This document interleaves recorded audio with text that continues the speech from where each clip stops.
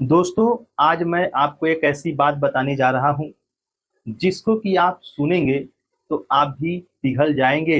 आप भी आगे बढ़ने के लिए तैयार हो जाएंगे। मैं बात कर रहा हूँ ताने का। कभी कभी ताना किसी की जिंदगी बदल देता है।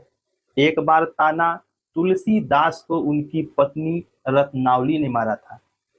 उनके ताने के प्रभाव से तुलसीदास ने रामचरितमानस का इतना बड़ा महाकाव्य लिख दिया। आज वही ताना छोटू को मारा गया है। छोटू एक ऐसा स्टूडेंट जो कमजोर है पढ़ने में, जिसको मैथ समझ में नहीं आता है, लेकिन इसके स्कूल के किसी साथी ने इसको ऐसा ताना मारा कि यह छोटू कुछ कर गुजरने के लिए तैयार हो गया। छोटू आजकल मैथ का चंदन लगा रहे हैं। इसके पीछे सबसे बड़ी कारण यह है कि यह मैथ में टॉप करके दिखाने वाला है। यदि आपको भी ऐसा किसी ने ताना मारा है तो आप भी तैयार हो जाइए, क्योंकि छोटू दिन रात एक कर दिया है। देख रहे हैं छोटू के आंख लाल लाल है। आंख लाल कब होता है? या तो वह नशा किया हो, या तो वह रात भर पढ़ रहा हो। छोटू को नशा हो गया है पढ़ाई का। छोटू को नशा हो गया है जिंदगी को बदल देने का। देखिए, आज छोटू हमसे एक ऐसा प्रश्न पूछे हैं जो कि हर एग्जाम में आ रहा है। आप किसी भी कंपटीशन की तैयारी करते हैं, यह प्रश्न न आए ऐसा हो नहीं सकता। अंतः कोण को इंग्लिश में इंटीरियर एंगल कहते हैं, बाह्य कोण को आउटर एंगल कहते हैं, बहिष्कोण को एक्सटीरियर एंगल कहते हैं। इसमें से बहुत ऐसे भी स्टूडेंट होंगे जिनको एक कोण पता ही नहीं होगा कि होता क्या है। तो देखिए यहाँ पर अंतः कोण क्या होता है। ये जो अंदर कोण बना हुआ है इस तरह से, इसी को अंतः कोण कहा जाता है।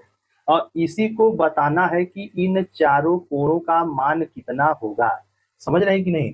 इन चारों कोणों का योग कितना होगा, सभी अंतः कोणों का योग कितना होगा। ठीक है, तो देखिए इसको बताने का एक सूत्र है, n-2 180 डिग्री। ठीक है, तो देखिए यहाँ पर सूत्र पहले लिखिए, n-2 180 डिग्री। इस सूत्र की मदद से आप सभी प्रकार के बहुभुज का अंतः कोणों का योग निकाल सकते हैं। यहाँ पर n क्या है?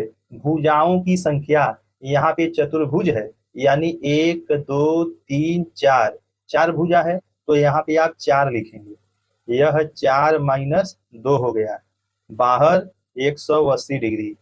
अब देखिए 4 में से 2 गया 2, बाहर 180 डिग्री वाला लिखिए। और 18 दूनी 36, यह देखिए 360 डिग्री। यानी चारों कोणों का योग जो है 360 डिग्री होगा। आप इस तरह से कोई भी बहुभुज दिया जाएगा, भुजाओं की संख्या लिख के इस सूत्र में हल कर देंगे तो सभी कोणों का योग निकल जाएगा। ध्यान से सुनिएगा। अब देखिए सभी बाह्य कोणों का योग।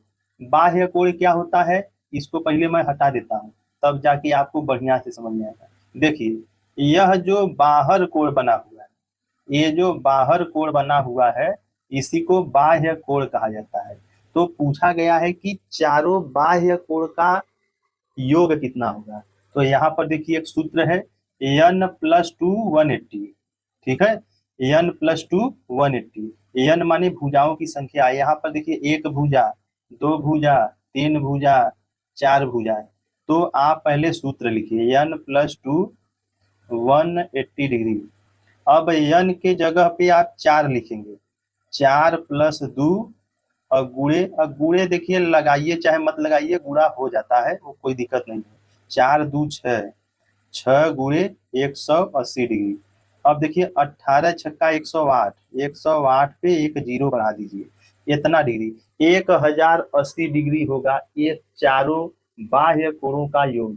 ठीक है, तो इस सूत्र की मदद से आप चाहे कोई भी प्रकार का बहुभुज पॉलीगन होगा, यह सूत्र लगा के बाह्य कोणों का योग निकाल लेना है।